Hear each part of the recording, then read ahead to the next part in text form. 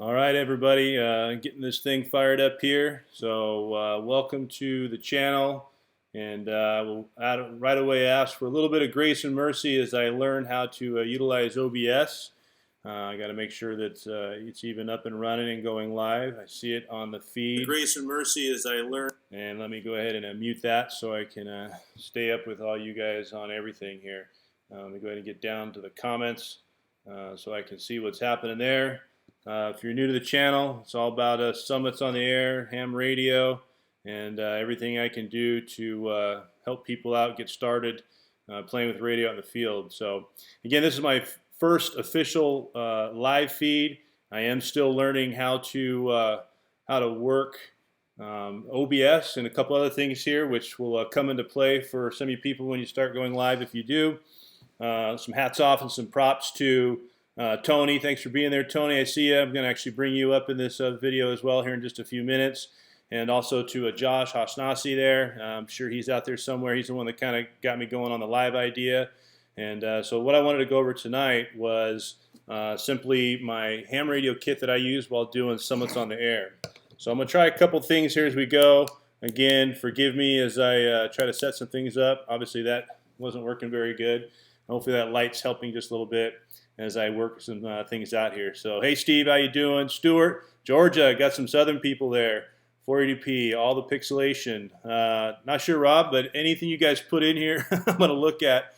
Good audio and video. Okay, that's what I needed to know. I really appreciate that. And yeah, OBS, that's what I'm trying to work with. So I tried setting up my my GoPro to use it as a live camera so I can go over my gear, and I also tried my DSLR, and I learned a couple things already in the last couple hours of playing with that. And it didn't work out, so I ended up going ahead and shooting some B-roll, and I got some feeds plugged in here. So I'm going to put the things in while I talk about it. So if you got questions, try to go ahead and throw them in the comments there in the chat. I'll try to get back to them, and then I will come back and forth between the two. So is the video still up and running, Tony? I'm seeing an oh no, and somebody said lost video. Is it a refresh on your end, or are we good? Can somebody tell me? Lost everything. Okay. Okay, Steve says we're back. So I would say probably a refresh on your side if you lose it, I'm guessing.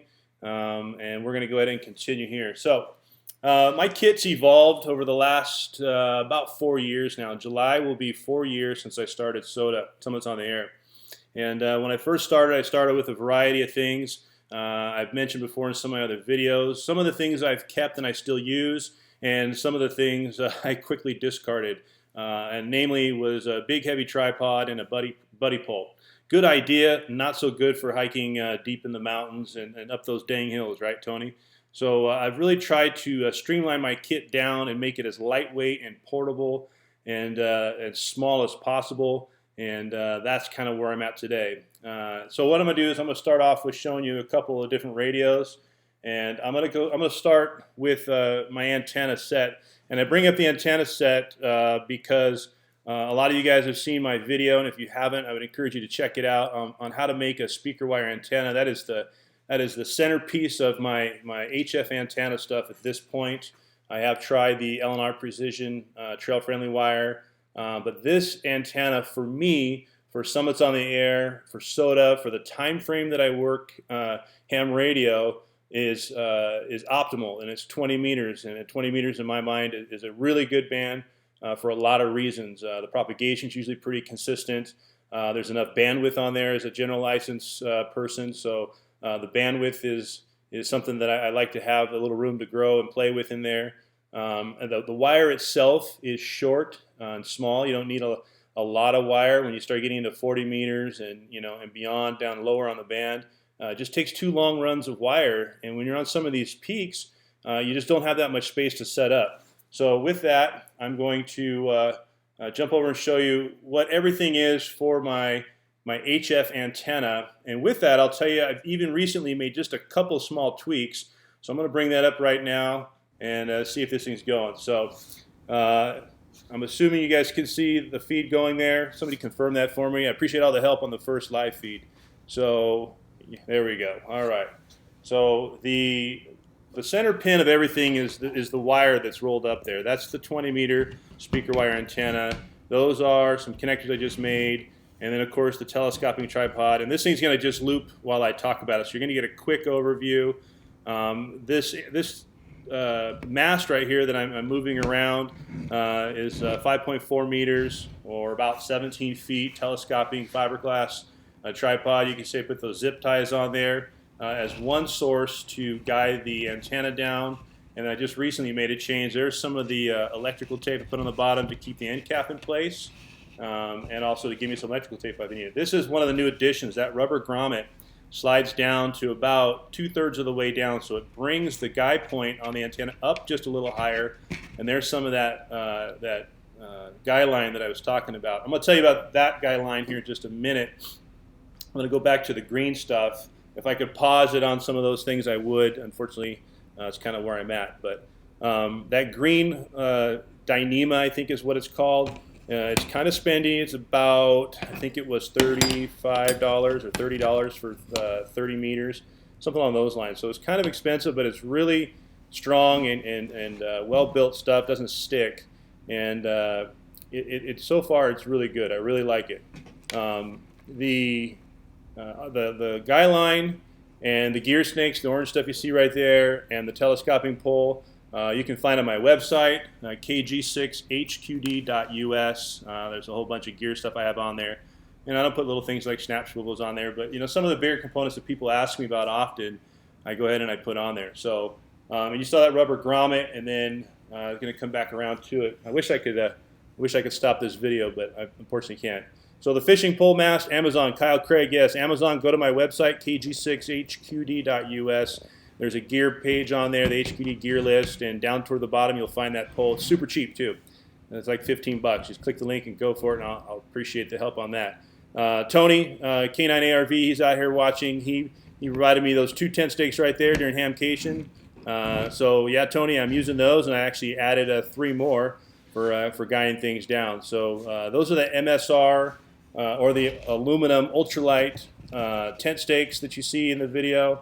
Those things are nice because they don't poke holes. Oh, I got it right. Good. But they don't poke holes in your bag. They're really good, strong. They're spayed out and wide, which means that they kind of dig into the ground real well, and they don't pull out as easy as just some of those typical stakes. So those are the tent poles or tent stakes that I recommend for where you're going out there. These 2 lines right here are new. I was using 550 cord. But this right here is actually thread that you can get at REI. I can probably find it, and I'll put it on my website later. But it's like really thick dental floss is the best way I could describe it. Super strong, way strong. For quite a good run of it was like $6. I would even consider guying down the antenna, but I like the other stuff because it's a little thicker. But that's what I'm using, those two cords there with the chain on it to hold out the ends of the antenna. So that's kind of the configuration. I do have some other videos on how to set up the antenna, and you can see that if you go into my other videos. You'll find how to deploy the HQD speaker wire antenna, and you'll see how all this stuff is put together. So that's my HF kit in totality right there. It's just rolled up nice and easy. I took it off the spool. I did put a smaller snap link, and I did put a different zip tie there on that so that I can get it up a little bit higher on the end. One thing I did see, there's been a bunch of people, side note, that have been building this antenna from a person in Italy, Gustapi. He's a subscriber out here. I hope I got that right. Hey Dave, how you doing, FYQ? But Gustapi in Italy's made one. Tony's made one. There's a bunch of people that have made them. So it seems like it's kind of grabbed on, and it's cheap and it's fun. So go for it. And yeah, Steve, the rubber grommet is it slides on there. It's light. It's not heavy. It's got a little bit of shock cord to it, and it works great. So far, so good on that. So that's my HF antenna system, if you will, for that. And I also go into how my, go down to the last scene down here. Apologize. So let's see if I can do this. All right, so now you're going to see it pop up here in just a minute. My VHF setup. My Yaesu VX8DR should be popping up here right now. There we go. I love this HT. So people all the time ask me, what are you talking on? The greatest thing about this radio right here, you see it says submersible.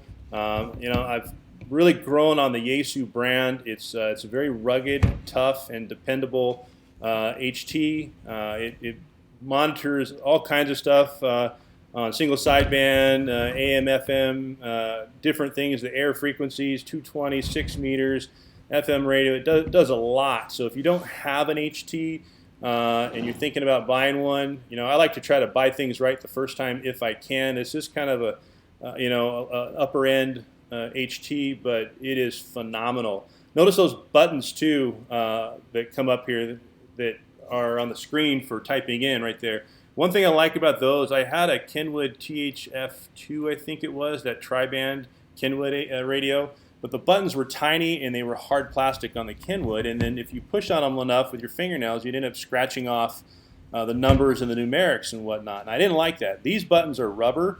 They press in with your thumb tip, and I don't feel that they haven't shown any signs of wear in the last few years. So really, really like the HT design. It's not too big, but it's not too small. It is a dual band, dual receive. I usually have one on 146.520 when I'm hiking in and hiking out, and I have the other one on the APRS transmit beaconing frequency, 144.390 or something like that. You can look that up. But anyways, I have it on APRS on the band B, and I ping my signal so that people can see when I'm getting close to the summit, or if I'm coming down, or if I've left the summit. And I usually generally leave it pinging about every 3 to 5 minutes the entire time. I don't shut off the APRS, generally speaking, unless it's just squawking away. I tend to mute the APRS, so you can do that as well. The belt clip I clip it right onto my shoulder strap. There's a little clip there. I pop it right in. It's good to go. I've gone through a couple evolutions on how to mount that GPS antenna on top there. I did do the hand mic version, and I think I actually get a little bit better transmit on these antennas you're looking at. They're the same exact antenna, just one has a BNC mount and the other is an SMA. And you can see I have an SMA to BNC adapter right there. And the reason why I put that adapter on and did BNC is because I now run one of those Edfong roll-up J-poles that has a BNC connector. And with that bracket there, it's very difficult to screw on the SMA antennas and unscrew it. And then when I want to add the roll-up J-pole, I need the ability to get it on and get off pretty quick. So I've kind of put that little adapter on there, and now I use a BNC, one of those antennas right there that you see, and that kind of gets it out of the way and works. Now, when I say the transmit issues, I'm talking about transmitting like on 146.52 with just those antennas themselves while I'm up on the peak. If it's a really good strong signal, it works fine. I'm believing that antenna and that bracket may be playing a slight role in its ability to get out further. I will say that with the roll-up J-pole, it's not an issue. The roll-up J-pole is a phenomenal piece of equipment, and if you're a tech only, if you're somebody from Josh's channel, Hashnasi, and you just got your tech license, this is all you need is an HT. But if you're going to do summits on the air or something, I would strongly encourage you to consider getting one of those Edfong or similar brand, doesn't really matter, but a roll-up J-pole, which you'll see here in just a minute. I'll pop that video over. And only use these while you're going to and from the summit. These other antennas right here, the little wire antennas. I think they're the Diamond NRC 77s, something along those lines. But those antennas are really good. I really like those antennas. I'm going to go to the total kit overview right now, and let you see kind of everything real quick, and then you'll see the roll-up J-pole here in just a second, laid out next to all the items that I've used and gone through evolution. So I mean, going through the KX2, I'll go through all these things independently a little bit more and why. Again, there's the HT, and then here in just a second you're going to see it's a black wire tip. It's all rolled up. I wasn't going to undo it, but it is the roll-up J-pole is a phenomenal thing. It really gets out far, and I highly encourage if you're going to do SOTA, do anything, to use that J-pole when it comes up. So I'm going to talk about all these different items here. Hopefully soon the video will scroll over, and again, thanks for the forgiveness and grace on the first time doing OBS here. So let me go ahead and see if I can find the other video that I want to show you real quick, and I will bring it back. So I'm going to go back to the Yaesu VX8. There's a couple of different radios that are out there that people use. Some people are using the F2DR. I don't have any personal experience with that. I guess you pop over and look at some of these. Actually, somebody brought it. Look at some of the comments here. Let me catch up with some of you guys. Holy cow. Yep. All right. So somebody just asked about, let me go back up here, Josh. Do you take and tie taut line hitch knots? I kind of show that in my HQD speaker wire, how to deploy it, how I wrap it over, and it works really well. Steve, Super Chat isn't available. This is my first live stream. I'm not there yet. I'm working on that. If you guys can help me get to where I need to be with that, I'd appreciate it. How you doing, Gabriel? Yep, thanks, Josh. Got all that. Let me get down here to some of these things. Thoughts on the Yaesu F2DR. So here's what I'll say on the F2DR. It's right in the same category, I would say, as the VX8. I don't own one. I do know that another one of the guys I go out hiking with, Kevin, W6RIP, uses that radio. He seems to like it very much. There's probably people out here that can really tell us some big differences between the two, or you can look them up. I don't know much about it because I haven't used it. My goal was for this video is to show everybody what it is that I'm using and some of the reasons why I've made these choices. But my understanding it's a good radio, and I would consider that. And Josh isn't going to like this, but I would seriously consider that over a Baofeng any day. That's my opinion. But if you can't afford that one and the Baofeng is in there, then you know what? Get what you can afford to start with, and then build from there. I mean, some of these radios these are definitely not the first radios I've ever bought, and I've actually moved up and sold radios and kind of done those kind of things. So Mr. Laser Dave says, tell me a little bit about myself and how I got into SOTA when I get the chance. What I'll say on that, Dave, is I just did a 2-hour live stream with Josh on his channel, and a lot of that's there. So I'm going to forego that for now, but I've been doing ham radio for about 20 years. I got into SOTA because of Steve Galchuk, WG, Whiskey Golf, 0, Alpha Tango, ACW Goat. Once I saw that, I was hooked on the idea because I'm a big outdoors guy. And I'm going to kind of leave it right there for now in the interest of keeping this on topic. But I get out about once a week, and this kind of brings a lot of my hobbies together. Playing ham radio, hiking, I like to hunt, outdoors, fisherman kind of guy. So it brings the two together and enables me to basically do everything that I like to do all in one place. It lets me go hiking, lets me play ham radio, lets me do my photography, lets me do videography. It lets me do the editing. It lets me do a whole bunch of different things that I totally really enjoy. So I'm really kind of pumped on Summits on the Air. It gets me some exercise, which I really need.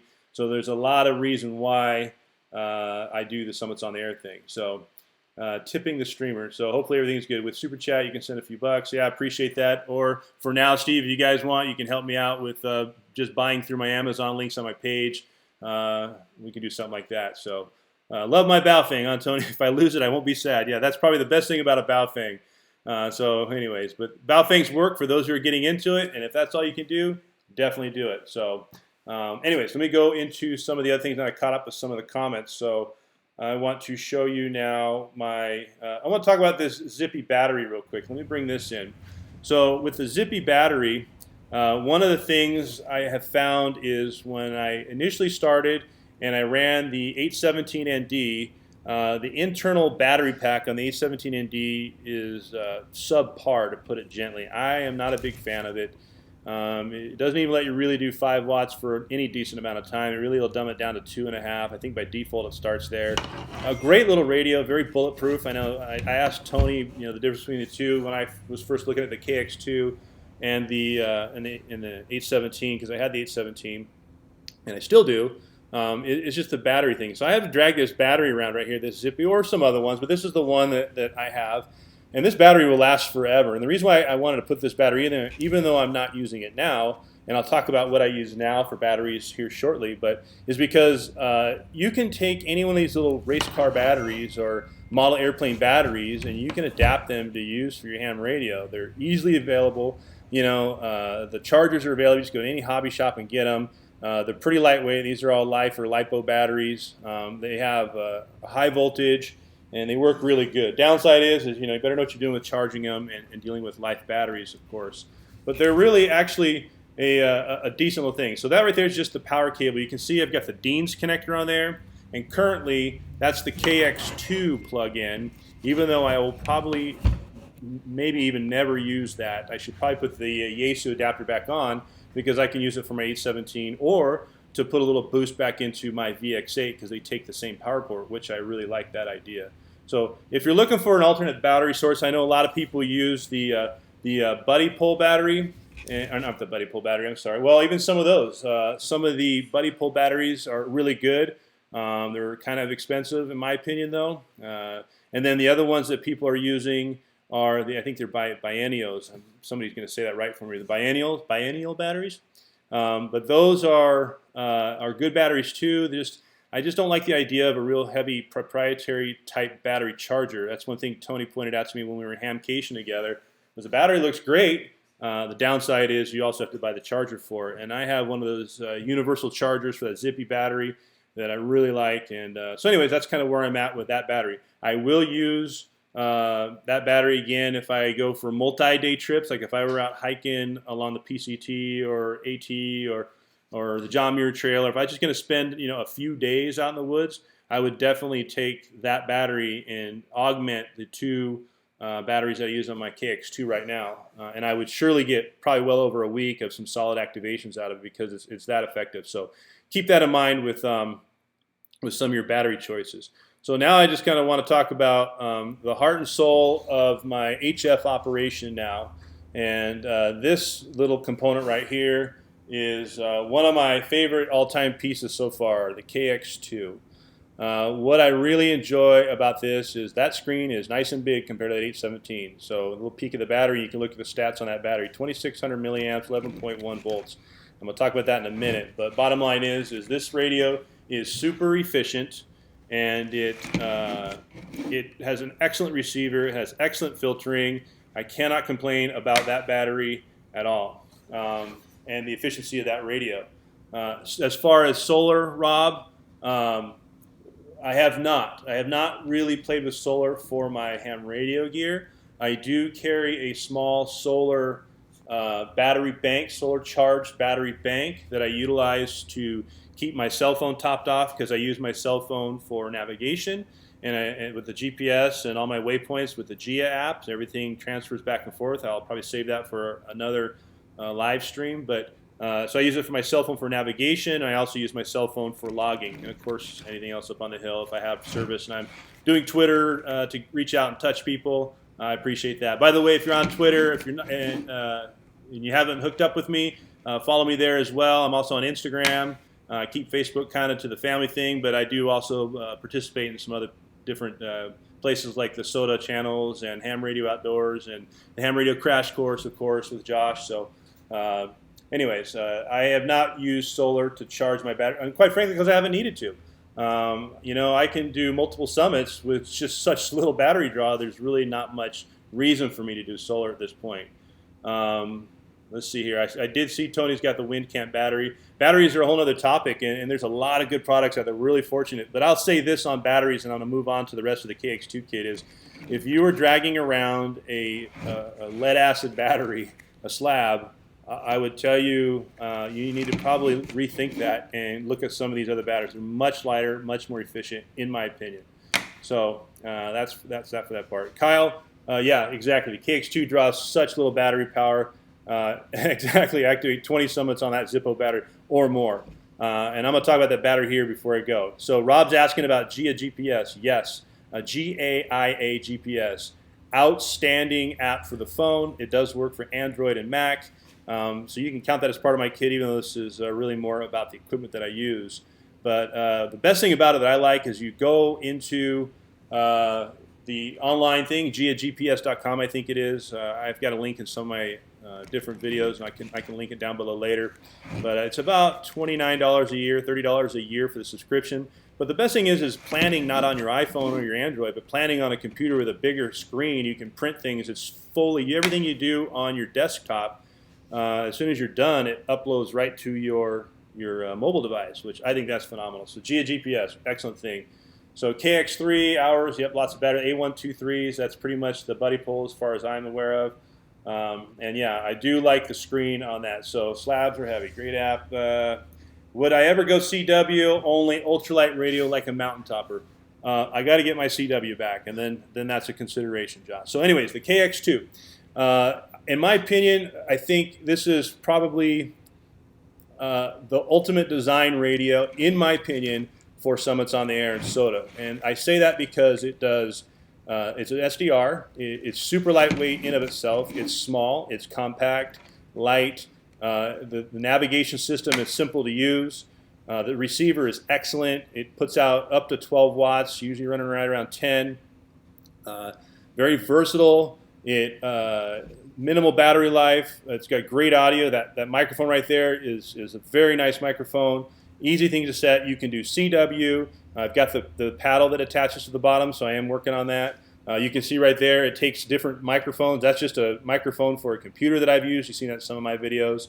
And then I also plug in the Heil Pro, I think the Micro Pro, whatever it is right there. I plug that into it. So it's just got a 3.5 millimeter input to it. You can see that CS60 case from Elecraft is nice. I plug in my earbuds sometimes, and then of course the headset, because I can also activate using voice activated. So, but the ability to have all of your data modes, your RTTY, your PSKs, all those, to have it's 80 through 10 meters, I think it is. 40 through 10 or 80 through 10. Somebody correct me in here. I can't remember off the top of my head. I'm still kind of fresh with that. But it's an HF only, and I don't need 160. I can tell you that. 160 on the hilt, not necessary. Like I said, I'm keeping my antennas down to 20 meters-ish just because of the length of the wire. So I don't see that there's a big need to have anything beyond 80 meters up on the hill, but you can do all the bands in between. It does do AM mode now. It does FM mode for 10 meters, so you do have that ability. It does not do, this is one of the things people get a little upset about, like with the KX3 does, it does not do VHF, UHF like the KX3. But I already drag around an HT that I solely use for that purpose, so I didn't find a need for it. Downside, what the 817 has on top of this radio is the all band, all mode item. So that's always a nice feature to have every band, every mode, especially if you're in an area, because people live in different types of areas that where a 2 meter sideband might be a good option. And I do kind of miss working VHF sideband. So, but for this radio, it does everything that I could possibly want it to do for Summits on the Air. And I really, really like it. Now, Tony pointed out something about the difference between the two, and I have to agree with them, having 817 and the KX2. The KX2 does feel a little bit more delicate than the 817. The 817 it's smaller, tighter, compact, feels heavier because it is heavier. But the KX2 does have some other things out there, and I'm working with somebody here soon, and I'm going to just put a teaser out there that I'm going to have some protective gear for the KX2 coming that I'm going to do some product evaluation and demonstrations on, and we'll see how that all works out. But there's options out there is what I'm going to say about protecting the KX2, to include the case that you're seeing in this video. So the KX2, hands down, so right now is my favorite all-time SOTA radio. And then I'm going to push it over to, of course, the 817. And why I say the 817 is because the 817 is it's a much more affordable radio, if you ask me. It's well known. The downside for me with the 817 really is that display thing. I really just cannot stand the heavy menu-driven features of the 817. On the flip side, you see the post on the front there, so you can run your antenna on the top of the radio via the BNC or through the back through your typical UHF stuff.